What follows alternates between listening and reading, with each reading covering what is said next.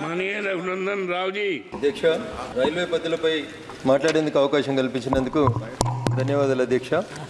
తెలంగాణ భారతదేశంలో 29వ రాష్ట్రంగా జూన్ 2, 2014లో ఏర్పాటయ్యే కంటే ముందు అక్కడి ప్రజల్లో ఒక భావన ఉండేది. సమైక్య భావనలో, సమైక్య రాష్ట్రంలో తెలంగాణకి పూర్తిగా అన్యాయం జరిగిందని, తెలంగాణలో కొత్త రైల్వే స్టేషన్లు, రైల్వే లైన్లు కావాలనేటువంటి డిమాండ్ జూన్ 2, 2014 తెలంగాణ రాష్ట్రం ఏర్పాటైనప్పటి నుంచి పెద్ద సంఖ్యలో వచ్చింది. అయితే గత 10 సంవత్సరాల క్రితం, 20 సంవత్సరాల క్రితం సర్వేలు చేసి కొత్తగా రైల్వే లైన్లు ఇస్తామని రైల్వే బడ్జెట్లో చెప్పి అనేక దశాబ్దాలుగా తెలంగాణ ప్రాంతాన్ని వంచితే గౌరవనీయులు నరేంద్ర మోడీ గారు ఈ దేశానికి ప్రధానమంత్రి అయిన తర్వాత మొట్టమొదటిసారిగా 2016లో గజ్వేల్ నియోజకవర్గానికి వచ్చినప్పుడు ప్రధానమంత్రి గారు శంకుస్థాపన చేస్తే మా మెదక్ జిల్లా ప్రజల ఆకాంక్ష మనోహరాబాద్ దగ్గర నుంచి గజ్వేల్ మీదుగా సిద్దిపేట వరకు ఒక రైలు ఇచ్చి దాన్ని పెద్దపల్లి వరకు ఎక్స్టెన్షన్ చేసేందుకు 225 కిలోమీటర్ల పనిని ప్రారంభించినందుకు, సిద్దిపేట వరకు రైల్వే స్టేషన్ని పూర్తి చేసినందుకు నేను గౌరవ ప్రధానమంత్రి నరేంద్ర మోడీ గారికి, గౌరవనీయులు కేంద్ర రైల్వే శాఖ మంత్రి అశ్విని వైష్ణవ్ గారికి సందర్భంగా ప్రత్యేకంగా కృతజ్ఞతలు, అభినందనలు తెలియజేస్తా ఉన్నాను.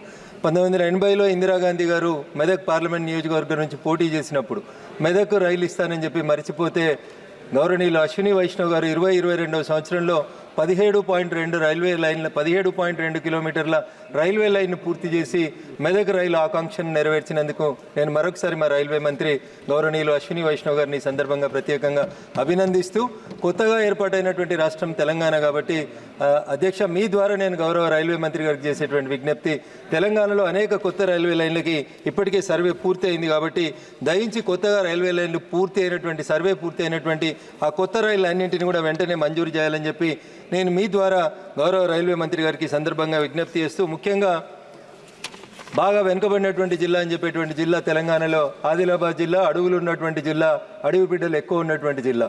ఆర్మూరు నుంచి ఆదిలాబాద్కి వయా నిర్మల్గా గత 10 సంవత్సరాల నుంచి ఎప్పుడు అడిగినా రైల్వే బడ్జెట్లో సర్వే పూర్తయిందని చెప్తా ఉంటారు. దయచేసి మంత్రి గారికి నేను మీ ద్వారా చేసేటువంటి విజ్ఞప్తి, ఆర్మూరు నుంచి ఆదిలాబాద్కి వయా నిర్మల్ ఒక కొత్త రైల్వే లైన్ సర్వే పూర్తి అయింది కాబట్టి వెంటనే నూతన రైల్వే లైన్ని ప్రారంభించాల్సిందిగా నేను మీ ద్వారా గౌరవ రైల్వే మంత్రి గారికి విజ్ఞప్తి చేస్తా ఉన్నాను.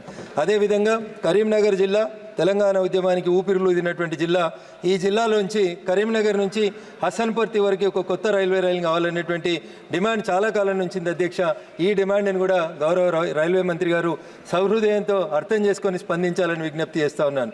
ఇకపోతే Bhagyanagaram, Hyderabad original name is Bhagyanagaram. అన్నీ ఉన్నాయి, సిరుల పంట ఉంది, క్లైమేట్ బాగుంటుంది, టెంపరేచర్, క్లైమేట్ అన్ని ఫెసిలిటీస్ బాగున్నాయి. Hyderabad is the most happening city in the country it self. అట్లాంటి హైదరాబాద్లో ఒక ఎంఎంటీఎస్, ఒక మెట్రోకు సంబంధించినటువంటి డిమాండ్ చాలా కాలంగా పెండింగ్గా ఉంది.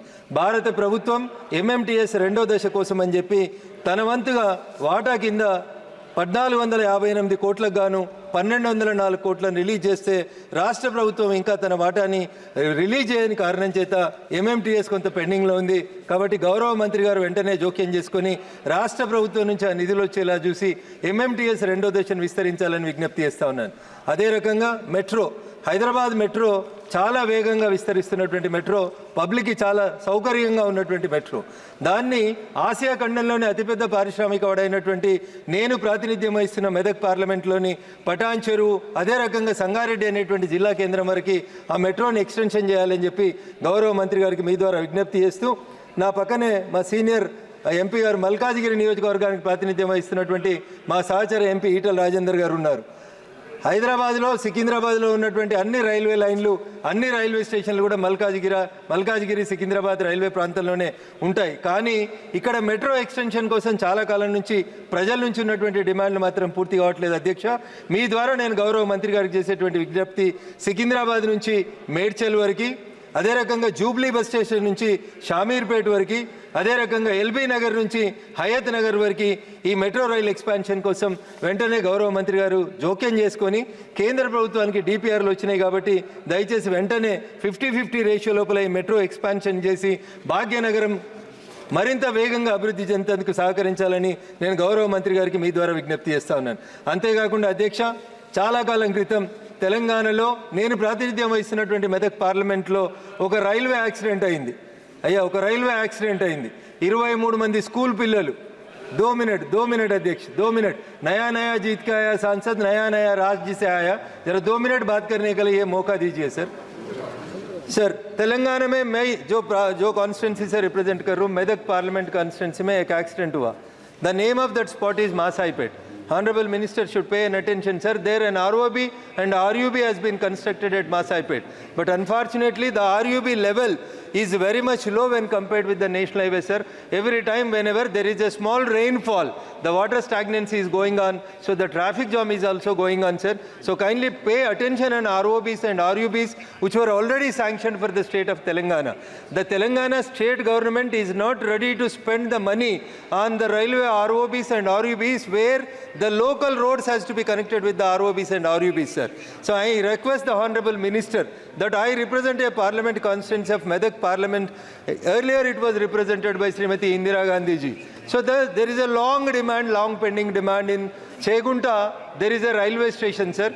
From Chegunta to Medak, while we are traveling, there is ROB is required, sir, which was sanctioned in the year 2016 by the Honorable Railway Ministry. But the state government is not allocating its share of 50%. Hence, I request the Honorable Central Railway Minister, Honorable Leader, Mr. Sri Ashwini Vaishnavji, to take up that railway overbridge with 100% funds by the central government, sir. Sir, in the same angle, sir, there are so many trains which were stopped due to the corona pandemic situation. मनोहर समाप्त करें. 2 minutes, Adhyaksh. 2 minutes, Adhyaksh.